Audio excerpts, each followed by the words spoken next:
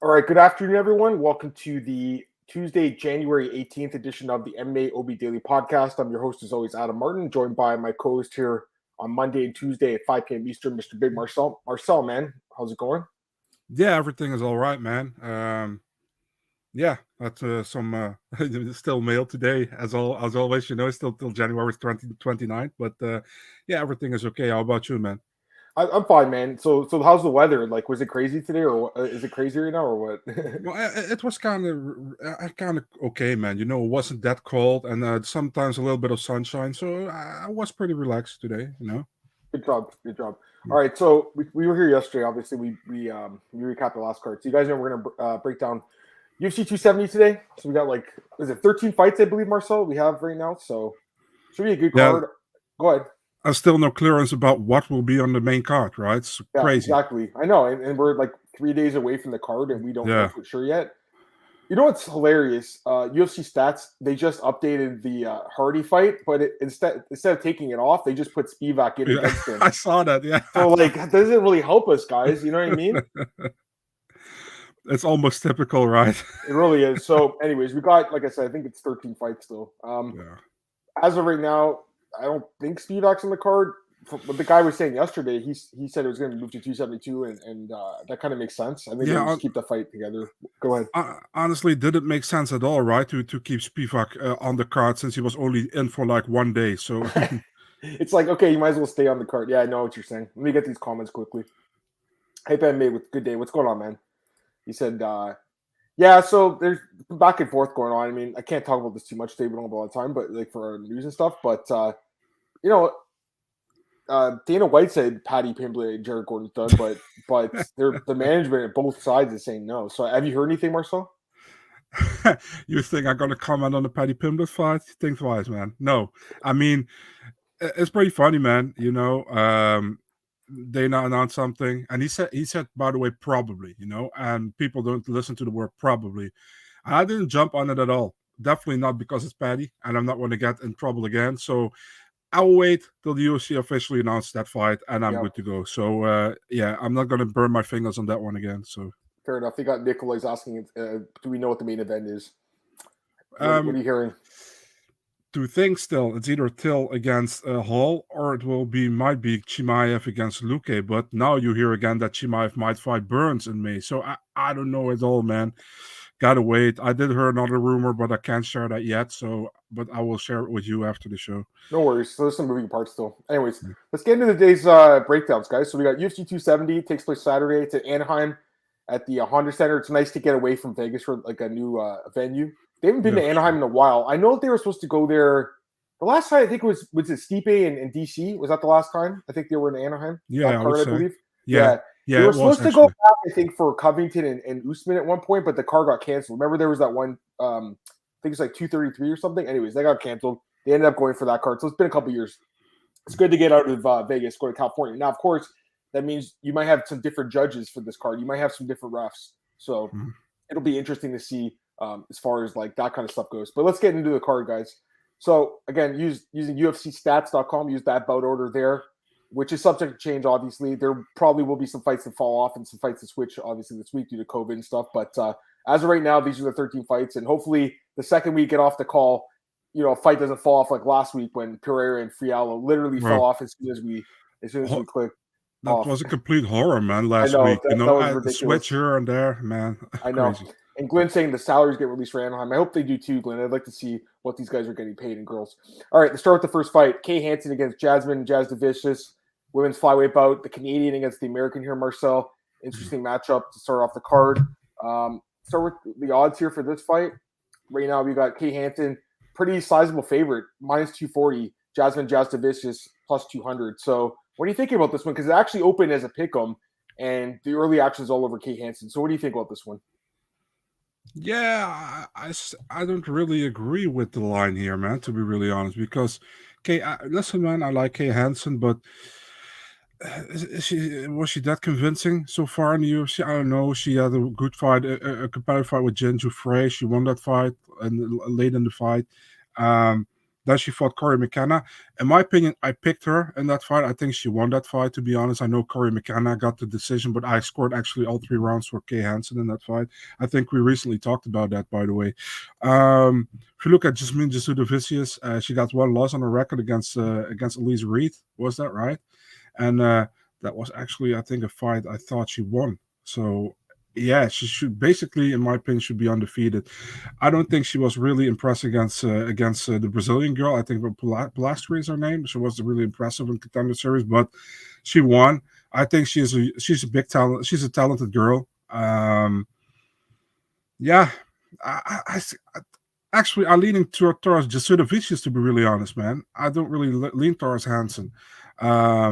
Despite Hansen should be 2-0 in the UFC, but yeah, I'm going with a little upset. I'm going with Jasmine Jasudavicius. I'm going with a decision win for her, man.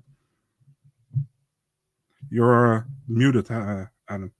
Of course I did this, and yesterday it was you. Today it's me. We got raw turkeys here. So my thoughts on this one are, I mean, I don't understand why the line's going so far towards Kay Hansen. Someone tell me why. Why is she going to be like minus 300 soon? She's minus 275 out there. That's crazy. Why? I don't understand. To me, this is a really close fight. This is a fight that can go either way. Kay Hansen's looked pretty good in the UFC, honestly. Like, put aside all the OnlyFans stuff. Like, she's not a bad fighter. She's not bad, but she hasn't fought in a while. That kind of worries me. And I'm sure she's getting better, though. I will say that because she's so young. You'd imagine she's getting better, but she hasn't been fighting that often. And then Jasmine, I mean, she to be honest, I wasn't super impressed by her fight in the Contender Series, but I kind of feel like she matches up well here. Like, I feel like like that's the thing. Like, I agree. I thought Kay Hansen beat Corey McKenna too, so I think she's 2-0. But despite that, and despite me not even knowing if Jasudavicius is like, a great fighter by any means, I still think she can win this fight, man. Like, I'm looking at the physical stats, Marcel. To me, you're gonna basically see 2 fighters in different weight classes here. You got one fighter who's 5'7", 68 inches against 5'2", 63. Yeah. To me, Jasmine's a big girl. Like, she's more of like a bantamweight or flyweight. Kay Hansen seems more of like a strawweight, to be honest with you. Like, her key win is against Jin Yufrey, who's basically a 105er blown up, Marcel. So that's true. That's what I'm saying. Like, Kay Hansen wins her fights by grappling, right? I think she's going to have a hard time taking Jasmine down, so she'll have to outbox her. I don't think her hands are that good. I think it's going to be a really competitive kickboxing match, honestly. That's why I see it being like Marcel. But I'm going to go with the fighter who's plus 200, who has a huge reach and height advantage, and who's, I think, undefeated still, because in my opinion, she should have won that fight against Elise Reed.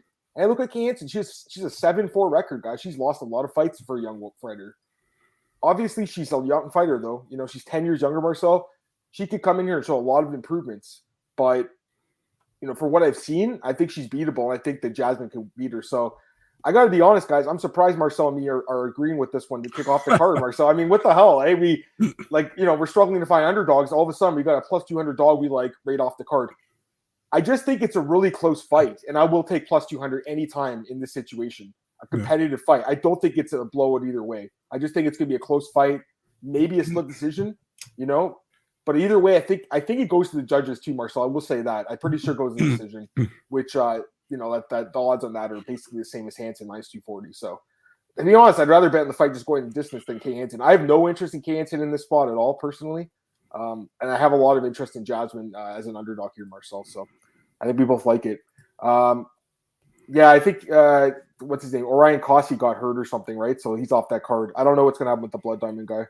Pavlich, have you heard anything? Durhimov and Pavlich? Tried to reach out both sides. Haven't heard anything, but I feel it's gonna happen. Yeah, that's what I think. But I haven't got it 100% confirmed yet, so that's why I didn't rule anything out yet. All right, let's go to the next fight here. We got the lightweights, Matt Frevola and Gennaro Valdez. Interesting fight here. Matt Frevola minus 175, plus 155 on Gennaro Valdez. What's your thoughts on this one, man? Interesting fight. Yeah, man. I think Matt Frevola. The thing with him is, man, he's pretty decent and good on the ground, in my opinion. And what he does in the fights he loses, except for against Arman Tsarukyan, he strikes with the guys. Terrence McKinney knocked him out. Marco Polo Reyes knocked him out. Now he's fighting Valdez. Got to be really honest, man. I like Valdez, but Do I think he should have got a contract in the Contender Series? Questionable, man. He had the win in the second round, and that looks spectacular, but I didn't think it was that great at all, to be really honest. Um, and that says actually also that people think that because Matt Frivola, he's on a 2-fight losing skid with a horrible knockout in 7 seconds against Terrence McKinney, but he's still favored in this fight against Gennaro Valdez. Um, I think Frivola fights smart this time. Tries to get the fight to the ground, tries to control on the ground, and wins a unanimous decision. That's my opinion. Yeah, you know what? This one's interesting. The biggest question for me is just Fravola's durability. Like, I think he does have a chin problem, Marcel. I don't think his chin is good at all. But having said that, I do think he's the better overall fighter, right? Like, he should be able to control where this fight takes place, I think. Should be able to get the fight to the ground and grind this guy out. It's just, I personally don't have faith in Matt Frivola because I don't trust his chin. He's been sparked twice in the UFC under a minute, Marcel. Remember, Polo Reyes did it, and then McKinney obviously did it. I was all over McKinney in that fight. This is a different fight because with the McKinney, right? I knew that McKinney was a good wrestler, and I figured, man, I don't know if Frivola can take down the fees. Fucked. This fight, Valdez, I know he's an okay wrestler, but I don't think he's that good at wrestling. And honestly, man, like, okay, I'm okay with him getting a contract because to me, that's the kind of fight you want to reward guys for because it was such a great fight, Marcel. But dude was getting his ass kicked by a guy from the Alaska FC promotion, which is like not a good sign. So I see a lot of holes in this guy's game, But like I said, man, I just question Frivola's durability a lot, Marcel, and I wouldn't be surprised this guy knocked him out. I really wouldn't be. But I can't count on it either because I think that overall he's just not that great. And I think Frivola can fight smart, grind him out, and win a decision. Kind of how he won his other fights in the UFC. Are you leaning decision or a stoppage? Yeah, I'm going with the decision, man. That's kind of how he's won his fights. That's kind of I'm thinking as well. Early pee break, Marcel. What's the next one? Let's take a look here. Oh, the fight we talked about last week. So we did talk about this one last week. Silvana Gomez Juarez against Vanessa Demopolis. The odds are basically the same. -1. Actually, it went up a little bit for Vanessa. -140. It was -130 last week. So now it's -140. +120 for Silvana Gomez. My thoughts honestly haven't changed. I still think it's a close fight, but I'm leaning towards Vanessa Demopolis because she's the younger fighter, and I think she's a better grappler, quite frankly. And what I saw from Gomez Juarez in that last fight with the grappling was really bad, Marcel. So even though this girl's like got a 59-inch reach, she's got T-Rex arms going on here. I still think she can get her dead to the ground, just grind her out. What are you thinking? Yeah, they both lost to Lupi Godinez, right? Demopolis and LFA and Silvana Gomez. Yeah, but Demopolis put up a decent fight, right? Yeah, for sure. Yeah, it was a good fight. I agree. Yeah, it was decent. Yeah, I mean, I still my pick is still last week, same as last week, man. I'm going with Demopolis here. Unanimous decision. Are you more confident now or less? Like, would you same, pretty much the same. Yeah, I mean, what has happened in that last week, I don't know. So I'm going with Demopolis. I mean, I think she is the how do you say? I don't want to say the best, but she is the best of the two in comparison with each other. I would go with Demopolis. Yeah, that's fair. All right. Yeah, like I said, my thoughts are the same pretty much. Welterweight bout, Michael Morales against Trevin Giles. Interesting fight here. This fight is the closest odds, I think, on the card right now. -130 for Morales, +110 for Trevin Giles. So what do you think about this one? This is such a tough fight to pick, man, because I'm really impressed with Michael Morales, man. I think the guy is a really good fighter. He's only 22 years old, super young. I did hear he had some problems with his visa when he came from Ecuador, and thank God they could get it. So he will fight on Saturday. If you look at Trevin Giles, he lost his last fight against Duplessis, but I think he didn't look bad in the first round. But I mean, before that, 3 wins after each other. But we have to take in mind that he lost. That in my opinion, he lost to James Krause. Man, to be really honest, we got a split decision, but I think Krause won that fight. The Dolitza fight was also very close, if I can remember, and he knocked out Bevon Lewis. And Bevon Lewis was never the same after he lost to Uriah Hall, man. So it's a tough one. I think Giles can win this fight if he fights smart. Still, man, I feel like it's tough to pick for these newcomers to do the Dana White Contender Series guys, because sometimes I feel like you saw with Joseph Holmes, man. He didn't look like Joseph Holmes, you know what I mean? And we talked about that yesterday. Still, I'm going with Morales, man, but I'm not sure I'm going with a close decision, but I feel like you're probably going with Giles, but I'm not sure.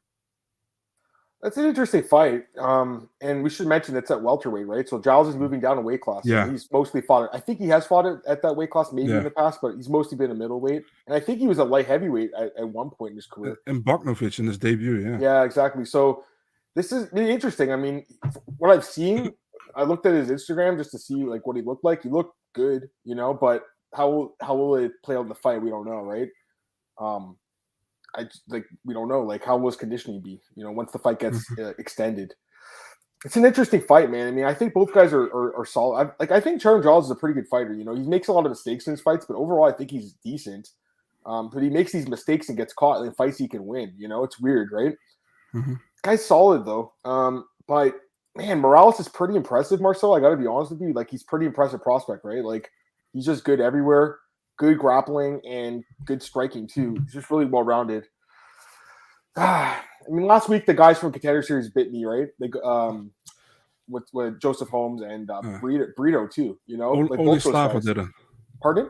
Only Slava didn't. Slava looked great. That's the thing. You can't make these blanket statements saying all the guys from Contender Series suck when you have a guy like Slava who looks amazing, right? So I kind of feel like this guy's probably in that class of the good guys from Contender Series, but until I see it, Marcel, I'm not going to bet on it. I'm going to watch this fight. I'm going to pick Morales to win a decision, but I'm just going to watch the fight. I have no interest really in betting on it, to be honest with you. I don't know how you feel about it, but for me, it's like I want to learn about this guy a little more. You know what I mean?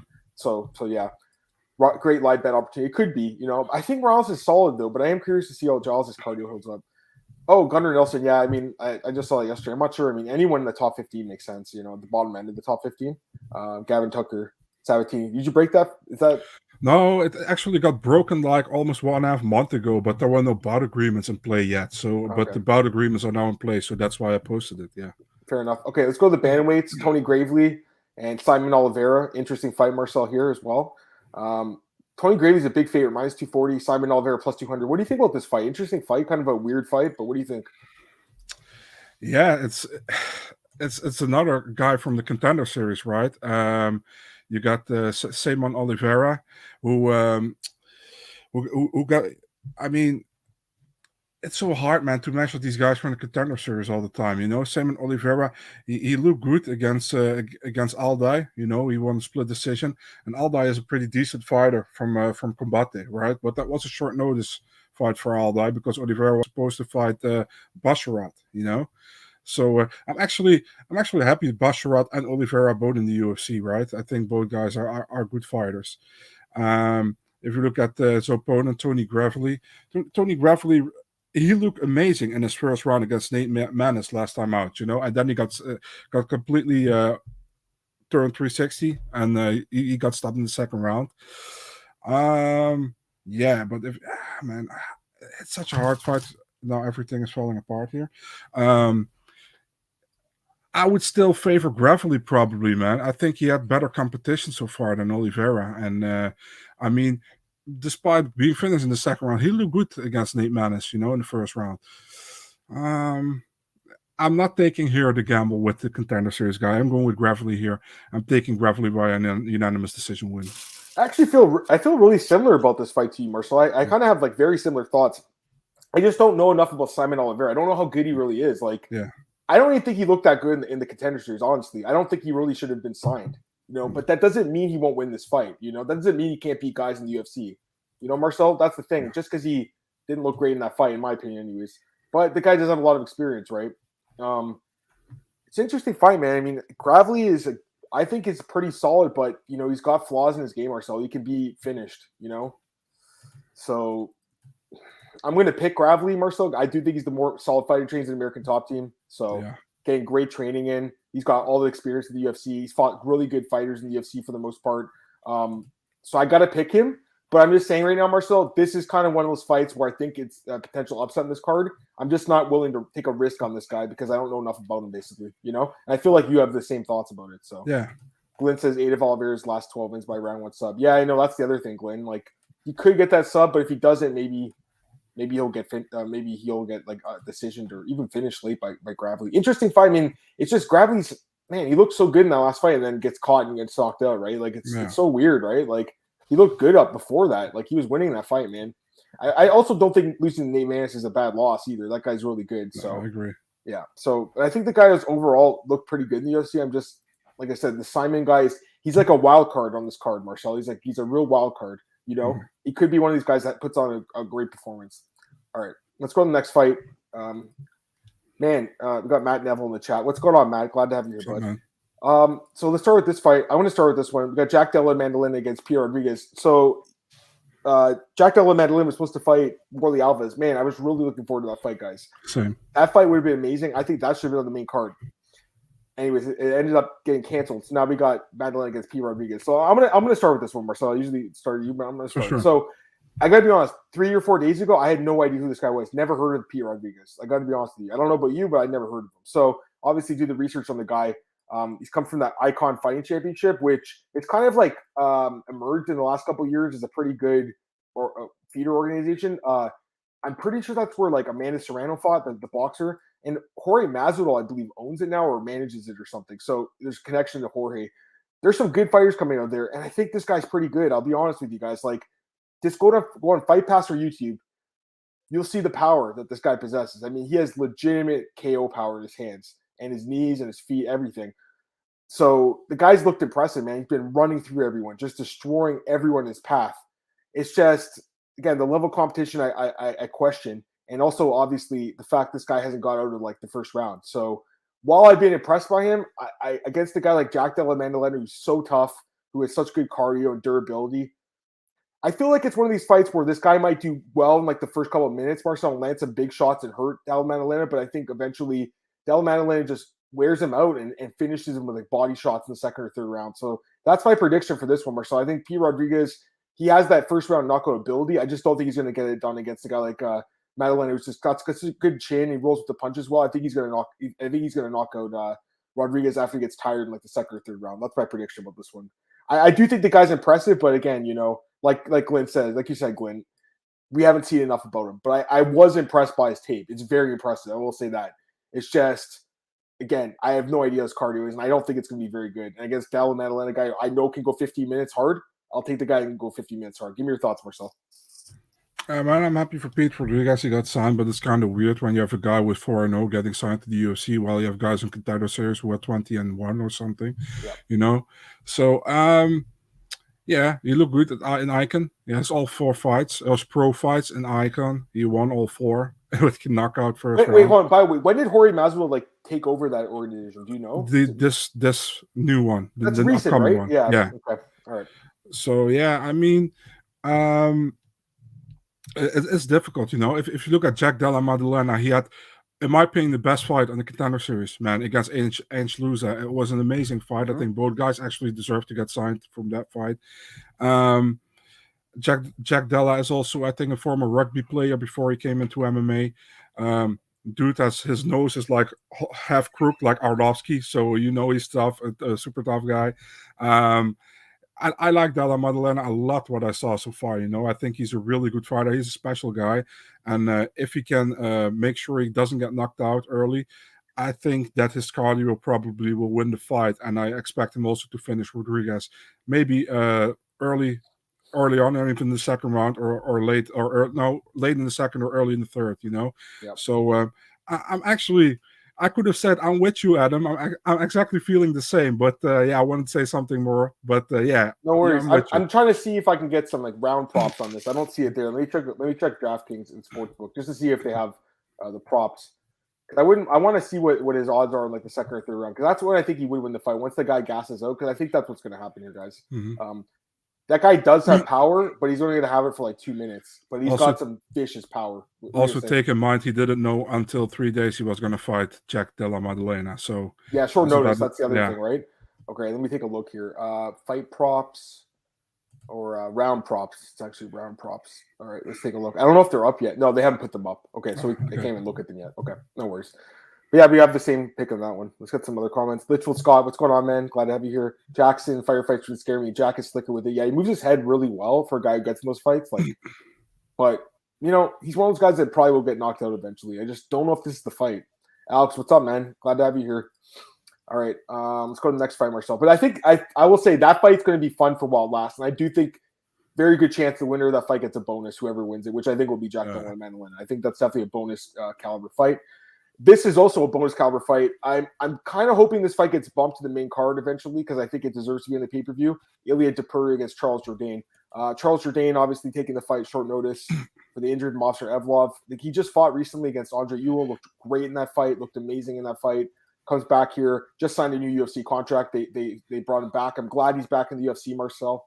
And he's taking on Iliad Topuria, which I'll start this one off too. I mean, to me, I love Charles Jourdain. Obviously, he's a fellow Canadian. The guy is like one of our only good fighters at this point, but this is a bad fight for him, you know. And I'll tell you what's going to happen in this fight.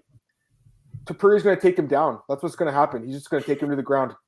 It's not going to be as exciting as it really should be, I think, because I don't think Topuria is quite dumb and fight start. And remember, Julian Rosa 2 fights ago, Marcel, how did he win the fight? He submitted him. If you look at Topuria, almost all his wins are by stoppage, a lot of submissions. I do think the fight goes to the ground. My only question is, does he submit and really win decision? Because you look at the odds right now, guys. I mean, it doesn't take a rocket science to figure out that one guy's favored here heavily, right? Minus 500 and plus 400. So I think the minus 500 side is the right side. But for me, the way to bet it is to look for a prop. And I favor him to take the fight to the ground, submit Charles Jourdain. That's my prediction for this fight. I think he submits him. What do you think, Marcel? It's going to be really boring, man, like this, because I kind of feel the same way, you know. I mean, Jourdain has surprised me twice, and that was his win against Du Hu Choi and his loss against Julian Erosa.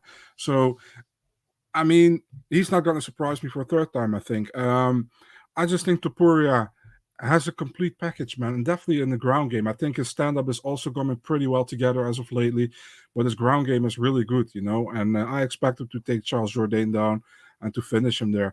I wouldn't be surprised if it's early, you know, but I mean, it doesn't matter. I mean, Jourdain is super tough, and I respect him a lot for taking this fight on short notice. But I think Topuria is a level, maybe 2 levels ahead of him right now. So yeah, you know what this reminds me of too? It's like Islam and Hooker a few months ago. It was like that same situation. You know, you have a respected guy comes in a short notice to save the fight, but then he gets finished really fast against a really talented grappler. I think that's what happens here, guys. I think we got the pick right here. I think it's Topuria by submission. I believe that's the way to do this one. Yeah, Listful likes it too. Hey Tristan, what's up? If Topuria doesn't finish in the first, doesn't justify minus 600. That's probably true, but I think he probably does, man. Honestly, if he doesn't lose early, literally goes past halfway. I just don't know if he's ever fought. Like, wouldn't Topuria be the best fighter that Jourdain's fought? Wouldn't that'd be fair to say, right? Up to this point, it'd be Andre Fili. I mean, I think Topuria is better than Andre Fili. I agree with you. I think Topuria is like one of the best guys in the world. You know, this is a hard fight in my opinion, like, for anyone. Honestly, Marcel, I was gonna pick him against Mosher Evlov too, who's a really good fighter, who I would pick to beat Jourdain as well. But I would pick Topuria for sure against Mosher Evlov because I think he is that good because he's so well rounded. Go ahead. Yeah, we honestly missed that fight between when Topuria fought for the Cage Warriors title. He missed weight, and he would have fought Jack. I think he would have fought Jack Shore if he made weight in the next fight. That wasn't 135 back then, I think. So that would have been an amazing fight, you know. So Topuria is a great fighter, you know. And back then, when I saw his fight, it was against Brian Boulard, a Belgian guy, and he was heavy favorite because of the Belgian crowd. He was a Belgian. He was the guy who was supposed to take the belt. And then Topuria beat him in first round submission. Everybody was like, I remember many people were shocked in the arena, you know, because Topuria wasn't very well known back then. So from that moment, I always followed Topuria. Dude is so good, man, and his striking has come together so well lately. So I'm that's definitely high on Topuria. I think he can hold his own on the feet too. You know, I think he's got probably more power. You know, but you know, Jourdain's got volume, and he's proven he's very tough on the feet too. So honestly, Marcel, if it gets into a striking battle, I'd be shitting my pants. You know, if I had a ticket with Topuria at minus 500, but I just think he's going to get the fight to the ground, guys. I just don't see why he would even stand and trade with this guy when, you know, there's a hole on the ground with Charles Jourdain. He has a hole in the ground, you know? That's where the hole is. And I think this guy will take him down. Jalal went to decision with Topuria. Jourdain's too tough to be finished. I mean, you're using his only fight that went to decision, though. He finished every single other fighter, though, man. Plus, it was short notice, and he barely trained for it before that fight because I don't think he's wrong to bring it up, but I don't think it's not fair to say like, oh, he went to decision with Jalal, so he can't finish Jourdain. I mean, he finished literally everyone else he's fought. So I feel like many people think that way, but there's a story behind that. So, and I think he showed in his other fights that he is actually much better than that fight. How he looked in that fight, Yeah, The I third mean, round was bad in that one. Yeah, hey I agree. man, if Jourdain goes and pulls it off, I'd be happy. It's like I'm not running to throw a minus 500 favor in a parlay. That's not really my style. But I mean, I would look at Topuria by submission because I do think that's how the fight finishes. I really really do. I agree.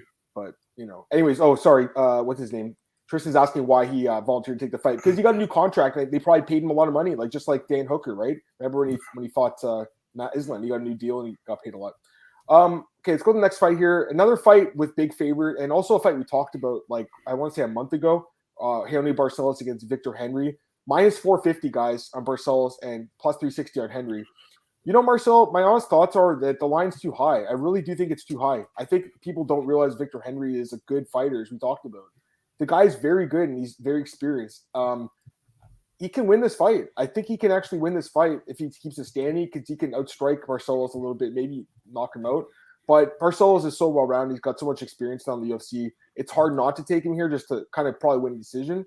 I'm just saying I'm not running to blame minus 450 on Henry Barcelos. And I really do think the line's a little high because I think people just don't realize how Victor Henry good he is. And this really reminds you of Phil Haas and Chris Curtis, this line. It reminds you of the same thing, Marcel. It's almost the same line. You just have a guy coming in on short notice who wasn't supposed to be the original fight, and everyone thinks he's not that good. But I think he's pretty good.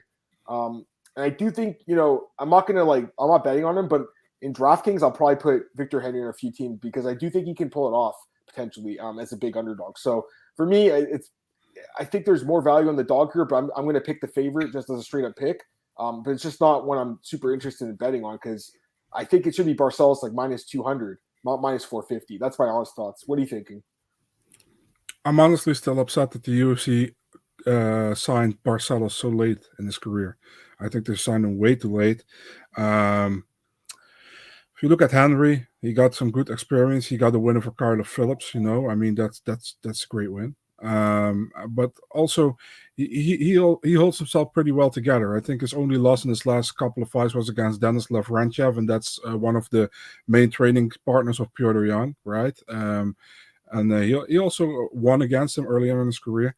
But for me, it's like I can't agree with you, man. I would go with Barcelos, based on experience inside the UFC, the way he fights, he's pretty all around. But Victor Henry might be a dog, man. I mean, he's a good fighter. Many people writing him off. Yeah. But he's a good fighter, and I mean, he is one of the. I think his coach is Josh Barnett, right? So. Yeah, I'm looking forward to the fight. But I will go. His coach is Josh Barnett because Josh got pissed at you for posting that picture. Yeah, man. I honestly, I thought it was a fun picture. That's why I posted it. And he was like, "Dude, very bad. What did he say? Very bad journalism, Marcel." And it's like, I'm sorry, I wouldn't do it again. And he's like, "Okay." But in all seriousness, like the guy's a good fighter. Like he beat Kyler Phillips in 2018. Kyler Phillips is like top 15 right now. That's a good win, And it's like I'm very tempted to go and pick off the big upset here, Marcel. But it's like got to see this guy in the UFC first. You know what I mean? I just don't know what he's gonna look like at this level. But I mean, everything so far he's looked pretty damn good. I think he's a really underrated fighter. Great signing by the UFC. And what's interesting? These guys are born 3 days apart in 1987. May 1st for Barcelos, May 4th for Victor. So you talk about Ione taking a long time to get signed. How about Victor? And this guy waited until he was 34 years old to get signed by the UFC. Last week, super weird, man. They were like almost all fighters were from '88. Yeah, my year there was like 7 or 8 guys. I know it was pretty nuts. I know. And I think a lot of them did really well actually, which is crazy. Okay, let's go to the next. That's obvious when there are many of 88 guys or girls on the card that many will do well. That's true. All right, let's go to the next fight here. We got Rodolfo Vieira against Wellington Turman. Is this the main event of the prelims? I think it might be. As it stands now, yes. I think that would be a better one, but yes, as it stands, yes. Yeah, so right now, this looking like it's the prelim headliner. Minus 225 for Rodolfo Vieira and plus 185 for Wellington Turman. I want to hear your thoughts on this fight because I think it's kind of an interesting fight. What do you think? Yeah, I don't know, to be really honest, man. If you look at Rodolfo Vieira, he looks amazing in the first round, but he gasses heavily. You saw he won against Stoltzfus, but yeah, the Hernandez fight still bugs me, because he looked good in the first round, but completely gassed out, and Hernandez was able to submit him. Thurman, I'm also not really impressed with Thurman, man. His chin is not really good, in my opinion. But he probably doesn't have too much of a problem with that against Vieira. Still think Vieira's overall better fighter. We're definitely on the ground. I expect him to take him down and probably finish him. I'm not really that high on Thurman. No disrespect to the guy. He won against Sam Alvey last time out, but yeah. What can I say? I'm going with Vieira, taking with a submission in the first round. And if it gets past 1.5, can be tough, but I'm taking it with a submission first round, maybe second. And Rodolfo Vieira by submission is plus 100, so all that value, even money. You know what? I've been kind of I was looking at the fights last night, and this is one where I was like, you know what, sleep on this one a little bit and wake up and clear your thoughts, right?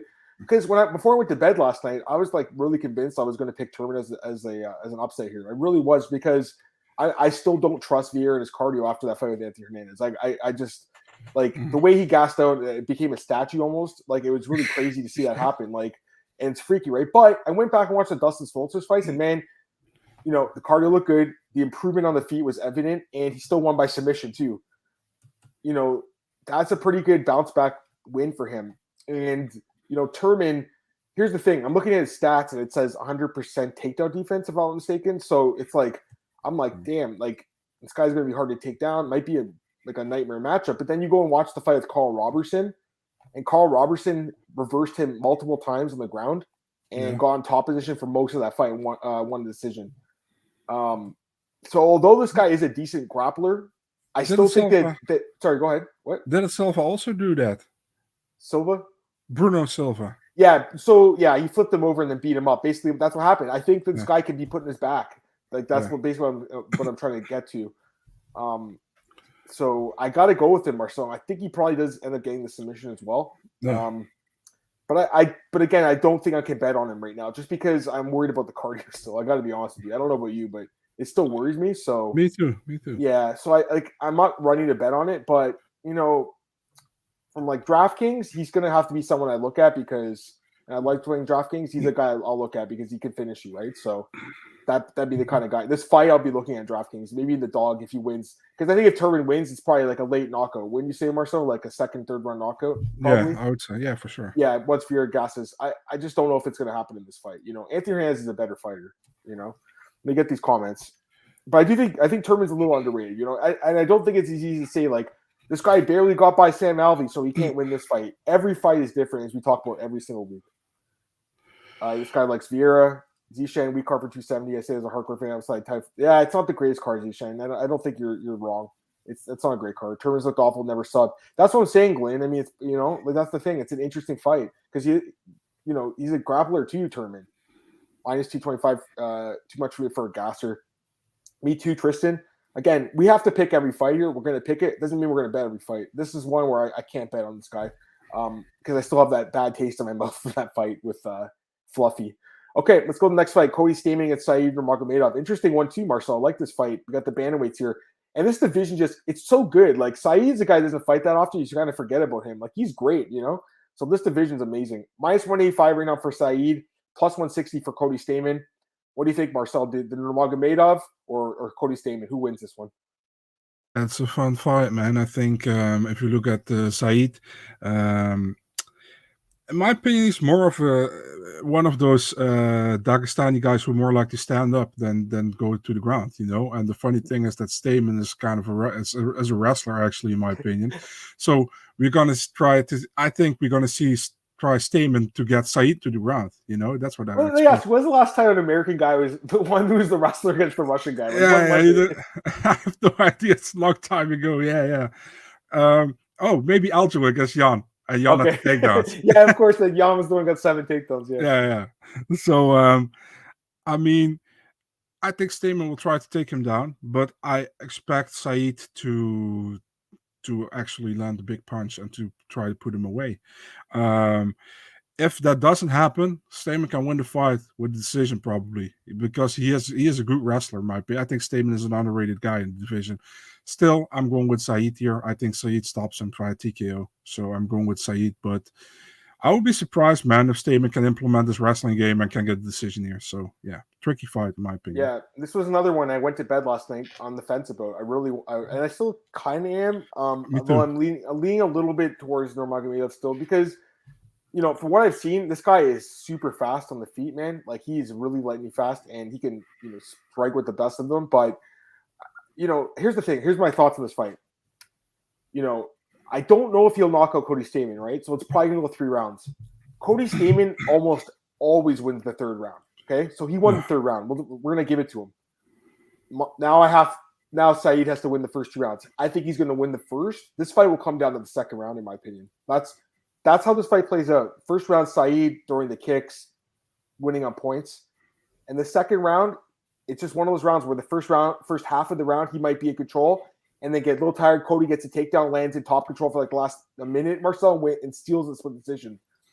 So I'm going to pick Saeed Nurmagomedov. I think he can win the decision here with the superior striking, but I absolutely think Cody Stamen's a live dog here in this fight, guys. I think he matches up well.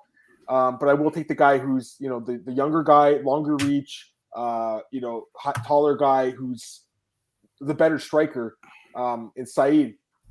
It's just, again, Cody Stamen's a damn good fighter, good grappler. He's in great shape for this fight, and I think he can win the fight. I just don't know if I could pick him. I think the value's there, though, because, again, 3rd round's going to be Cody, 1st round Saeed, so it comes down to the 2nd.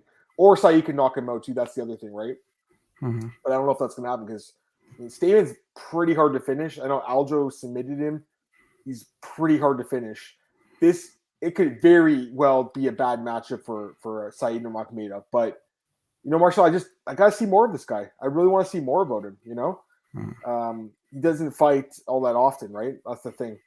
He's not related to Khabib, is he? I don't think he's the only Nurmagomedov who's not related. Khabib calls him brother, but Khabib calls everybody brother, so but he's not related, no. Yeah, he's not exactly. Hey Tristan. Oh yeah, he likes Cody. -1. He thinks it should be a pick 'em. I agree. I actually agree. So, really, I guess I should be picking Stamen at +160, considering everything. It's just, my straight up pick's going to be Saeed.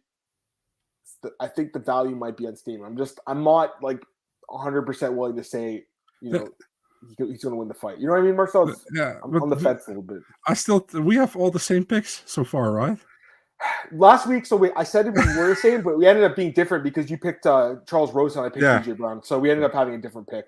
Today, it's so far the same, including the 100 we picked in the first fight. And I will say, listen, there's going to be some other upsets that happened during this card, I think, up to this point. There was a few guys that we kind of listed as potential ones, like maybe Henry or something like that. But, there's no one I'm willing to, straight out pick. You know what I mean? How about this next fight, though? Let's go to this fight, Marcel. We got a fight we talked about last week as well. Andre Fiallo against Michel Pereira. Okay, so I'll start with this one, too, because I was talking about last week. So here's what I said. I said, this guy's good, Fiallo, and if he had a full camp, I'd consider picking him. So we don't have a full camp. We got an extra week of camp, and he's taking Pereira again. But the other thing that the week off gave me was more time to look into this guy. So I watched a little bit more of him. And I got to say, the last few fights have been beyond impressive. He just basically walked across the cage and smashed an elbow into the head of Sekulic, knocked him out. The Puig guy destroyed the Hu guy and Vic, right? But I went back to the fight before that against Antonio Dos Santos Jr., who's a former UFC fighter, and, basically got grinded out. I think after the first round, this guy gets tired. Against Chris Curtis, he got tired late in the fight. Against Glenko Frankie, he got grinded out. To me, Marcel, this guy could be he can lose after the first round. So while I do think Fiallo is super, super dangerous in that first round, he will be in this fight.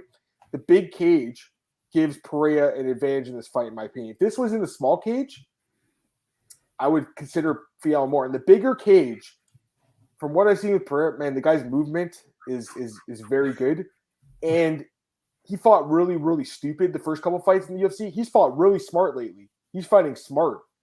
And if he goes in there and fights like he did against Chaos Williams, where he just stuck and moved for 15 minutes and stayed in the outside, and that was in the small cage. This is the big cage. I think he wins the fight. And what I like about him here is that Fiala's not a cardio machine. Nico Price in the last fight was a cardio machine, couldn't finish him, right? But if this guy was a cardio machine, maybe he could. This guy, I think, will get tired. Probably faster than Pereira, if anything. So Pereira by decision, Marcel. That's what I'm thinking about this one, guys. I guess I throw my pick out right away. I'm thinking that's what's going to happen here, Marcel. And the odds I should mention, minus 275 plus 235. So, while I did think there was some value initially, the more I looked into it, I think Pereira wins this fight. I'm actually pretty confident in him now. The more I looked into it, because I just think he outpoints the guy. What are you thinking? What do I think? Yeah, I picked Pereira with the decision, man. Oh, so surprising. We have the same pick again.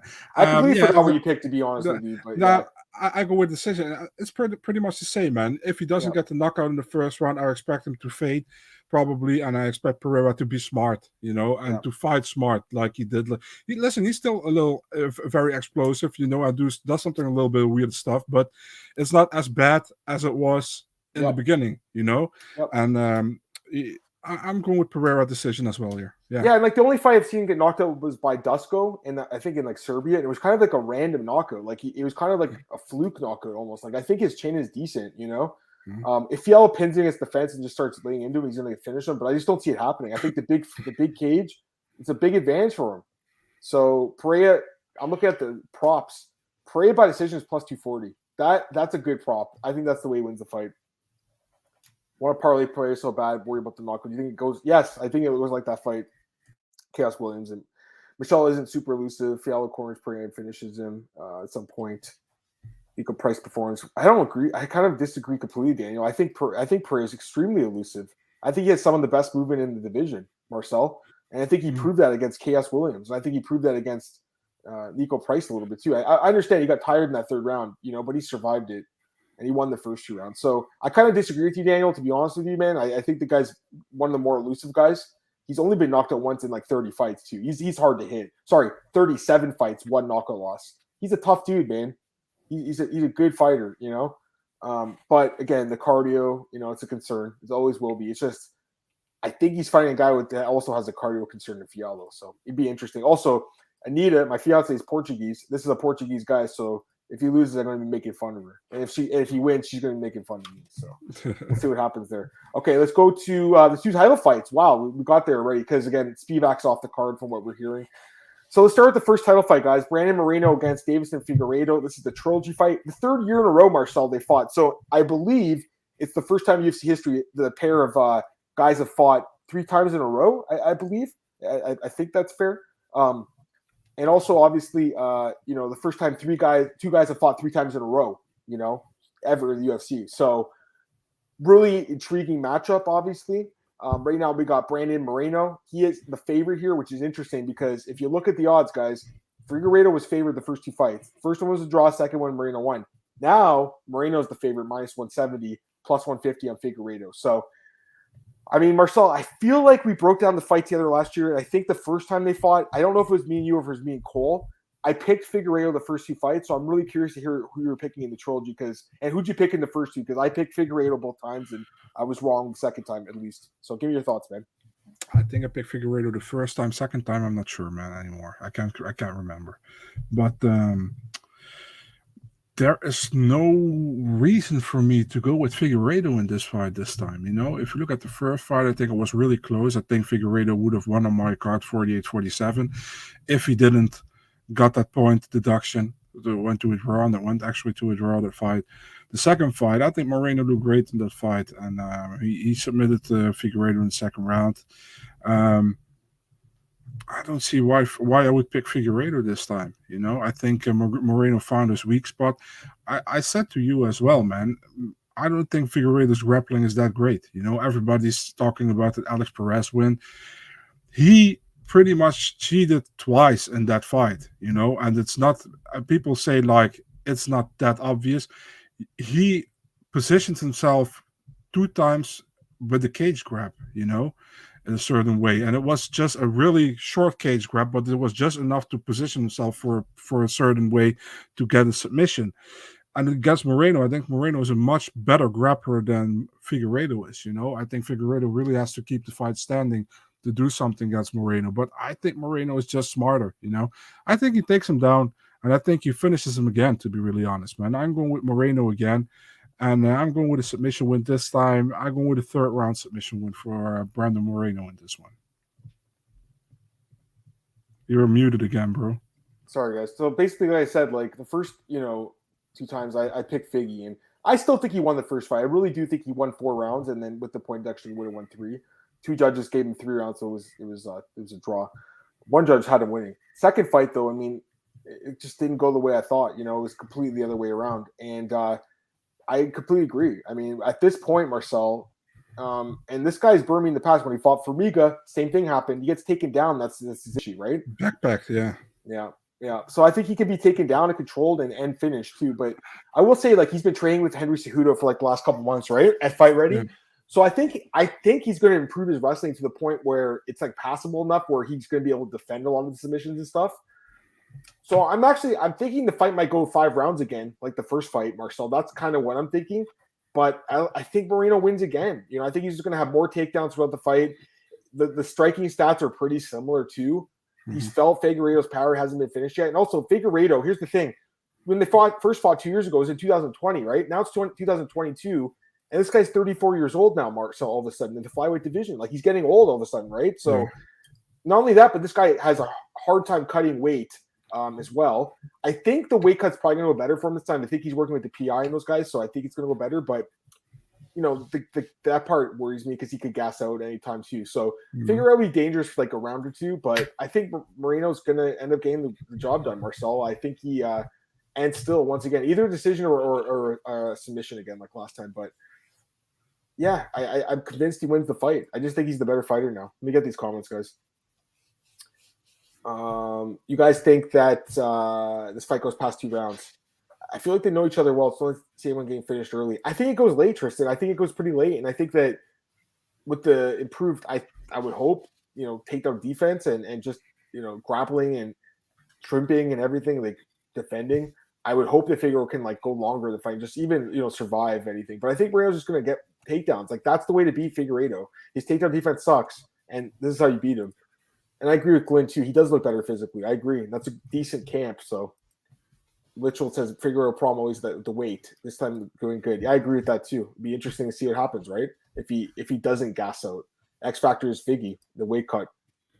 It's true. Moreno's confident, better boxer, more natural flyweight. Yeah, I agree with that too. Better boxer, maybe. I mean, yeah, it's close. I think they're both pretty good in the feet. Yeah, the peacocking, true. It's true. You're right, Daniel. It's true. The weight, hey Matthew, what's up, man? Weight cut's tough for Figgy. He looks leaner than ever. He looked good, dude. He looks good. The weight cut must be tough for this guy too. Look at this guy; he's huge. That's to make his the flyweight division. No, I'm kidding. You got Joe McKenna in the chat. What's up, Joe? Yeah, I think it's Moreno with the takedowns. That's what I think, Joe. Figgy strong first round, then Alpao and Moreno. Yeah, maybe it's a live betting opportunity, Rocktorg. That's a great point. That's a great point because maybe figure out. Actually, I think pretty sure he wins the first round. Like I'm almost like I'm. Fair. I think it's fair to say he'll win the first round, but after that, I think it's downhill, right? That's a really good point. Maybe it's a live betting opportunity, because if he wins that first round and people are like starting to get worried, maybe the line gets to even money or something, or even plus money potentially. So it's something you could do. But again, I'm pretty confident he wins this fight. All right, let's get to the main event, guys. Ciryl Gane against Francis Ngannou. The weird thing about this fight, obviously, the line, right? So Francis opened as a favorite. Now it's flipped, and now Gane is the favorite. So Gane's they're both champions, but technically he's the challenger. He's the interim champ. Minus 150 Ciryl Gane, plus 130 Francis Ngannou. I don't know about you guys. I can't wait for Saturday. This fight's amazing, and I can't wait for it personally. Give me your thoughts, man. Give me your thoughts and give me your pick. Yeah, dude. I'm pretty convinced of my pick in this one, actually, man. If we look at I have never picked so far in the UFC against Ciryl Gane. I think he's really good. He's really all around. Stand-up is very good. He has a lot of Muay Thai experience before he went to MMA. His ground game looked pretty decent as well. Nothing bad about that. If we look at Ngannou, people are like, yeah, but he could stop the takedown against Stipe Miocic. That's true, but he finished it early, again. He got basically maybe 5 minutes of cage time in the last 2.5 years or something. That's how He fought some fights, but it's just less cage time because he finishes quick. Mm-hmm. Gane knows how to keep distance. He's very good in that, and he sees the danger. Um, if Ngannou lands, he can knock him out for sure, 100%. But I don't think he will. To be really honest, I think Gane plays his game, stays at distance. And after 3 rounds, 2.5, 3 rounds, I think Ngannou gasses. And I think Gane still has enough to go for. I'm taking Gane in the third or fourth round for a TKO. I think he finishes him with ground and pound. There you go. Yeah, I mean, I love this fight. I'm just a big fan of both guys. I think they're both great fighters. I think Francis is really underappreciated by UFC fans, by the UFC as well. Yeah. I just think the guy is nothing like we've ever seen before. And, I remember the first time I saw him fight in the UFC, and I've always been a fan of the guy. I just think he's a really special guy. But I got to be honest with you, like, Gane to me is even more special. That's the thing. Like, it's two special guys, but one guy I think Ciryl Gane has the potential to be the best heavyweight I've ever seen. I honestly think so, Marcel, because he's just so unlike everyone else. Like, who else can, stand and knock you out in the feet and then take you down and submit you with a heel hook? Like, I can't think of too many guys, right? Like, there's very few. And he can do it for 25 minutes. The cardio is there too. Francis is a great fighter.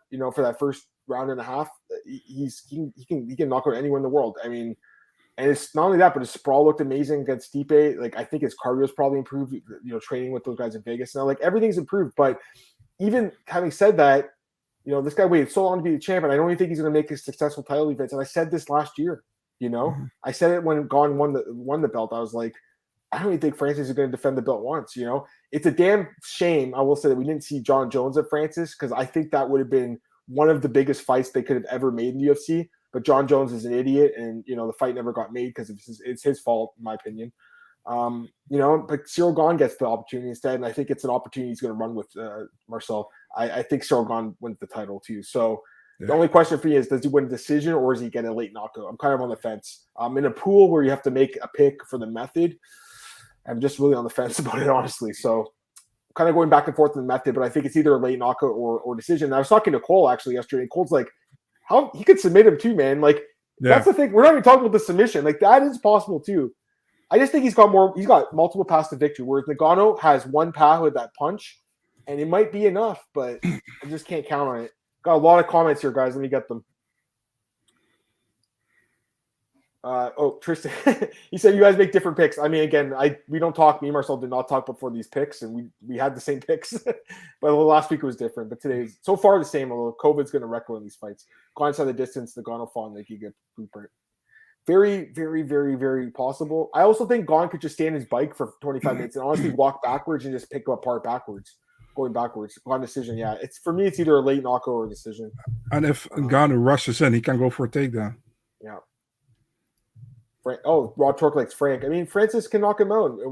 I mean, honestly, sure. I feel like I'm the one talking right now. I feel like we are all underrated Francis a little bit, to be honest with you. But I also feel like it's us just being really high on Ciryl Gane. I don't think it's necessarily a knock on Francis. It's just Cyryl's so fucking good. People got upset with me when I praised Ciryl Gane after his Rosenstruck fight, after his Volkov fight. The guy is not long in MMA, and if you look at who he has beaten so far and how, it's about smart game plans. I really respect that dude. Yeah. 4 years in the sport, and he's already a champion. He might be Francis Ngannou. It's insane. He's only in 3 years in the UFC. It's insane. I just think he's a special guy. I would pick him to beat everyone in this division. There's no one I would pick him against until. If he loses this fight, we'll know that he's got a flaw, obviously. But from what I've seen, the guys, I feel like he matches up well. Dude, I can't wait for Saturday. I can't wait either, man. This fight is fucking phenomenal. But I think he's going to keep his distance. I think he's going to fight Marcel. I think he's on one of the highest fight IQs in the division as well. Ciryl Gane. That's so crazy, man. If you have so less experience in MMA, and your IQ is that high, it's crazy. Yeah, and he got signed at 3-0 or 4-0 to the UFC, and I remember many people were like, "Why do they sign this guy already?" He was a champion in TKO up here in Canada, and he was. Yeah, he beat this guy, right? Impressive. I remember James, my friend Lynch. Obviously, he went to a couple of the TKO cards. He was telling me about this guy. He was like, "Man, there's a few guys to watch." TJ Laramie, he was saying, and this guy, Ciryl Gane. I remember this was like 3 or 4 years ago, and he turned out to be pretty good. Yeah. Does look in good shape. Style matchup leads to it. Like, that's what I'm saying. I agree with that too. Francis getting finished, hard to imagine. Maybe it's crazy, right? But man, he might look like Stipe in this fight. But I don't know. It's tough to say. Like, I don't think Gane's like a one punch guy, but he's got that death by 1,000 cuts. And Francis might get tired, right? He might get tired. Gane doesn't finish early. One last 2 rounds of Ngannou. Big experience difference. Ooh, Glenn's all over Ngannou. Glenn is on Ngannou, so we got a much more contrarian pick there. Marcus Williams, going on Marcus, my man. My head says Gane. My heart says Francis. As far as business, do you think Dane would prefer Francis or Gane? That's a great question. I mean, Gane, but before this whole mess with the management, Francis was always the dream champion, right? It was always like, Dana White wants Francis to be a champ. But that's gone, I think. Yeah. I mean, after this fight, we'll see what happens. You just got finished in lightweight class, a massive favorite. Think of a TKO with elbows and knees. That's possible. Yeah, that would be. He'd probably just swarm him, right? Do that. JS is washed. Yeah, he is. He's going to lose to Pulev too. Gane couldn't finish Bozer. Yeah, that's true. That is true. But also, that was like his 5th fight. He's got 10 fights now, right? So he's got 5 more fights against, much more experience. He went 5 rounds with Drago Volkov. He just beat Derek Lewis in the 3rd round. Derek Lewis, who, by the way, beat Francis Ngannou. So he just destroyed Derek Lewis. He fucking destroyed. He schooled Derek Lewis. Yeah, we can say. Why are we forgetting that? Why are we forgetting how bad he schooled Derek Lewis? We can say Ngannou didn't finish Derek Lewis. I bet on fucking Derek Lewis against Ngannou at plus 300. It was one of the best bets ever made. That was one of the better bets I made. Just because I thought the line was crazy, even though I thought Francis was the better fighter. 8 Locos says, I feel Ngannou put pressure over the get-go. Gane moves away from power. I agree. And again, big cage. Big cage gives Gane an advantage, right? I would say, Marcel. I think it does. He's got more room to move. Yeah. Tristan, Nganou's neck is massive. His arms are massive. Maybe he gets heel hook. I don't know about submission. Maybe. I mean, no, I just don't. A big guy like that, I mean, how is he going to get him on his back, like, or something, Like, it'd be hard to even get him to the ground. Let's be honest. The fight's going to stay on the feet. I don't think a submission's happening. Be surprised. Carlos Diaz, I'm going to be there live. That's awesome, Carlos. Have fun, bud. I haven't been to UFC in a while now. I haven't come to Canada in a while. Small ring favors Frank. I agree. It's the big rink, though. It's a large octagon because it's in pay-per-view card in Anaheim, Honda Center. Gane finished Derek Lewis. I mean, the whole, MMA math thing doesn't always work. I just thought it was worth mentioning because, Derek Lewis just looked amazing against Chris Dawkins, a guy that a lot of us are like, man, this guy's like the next big thing.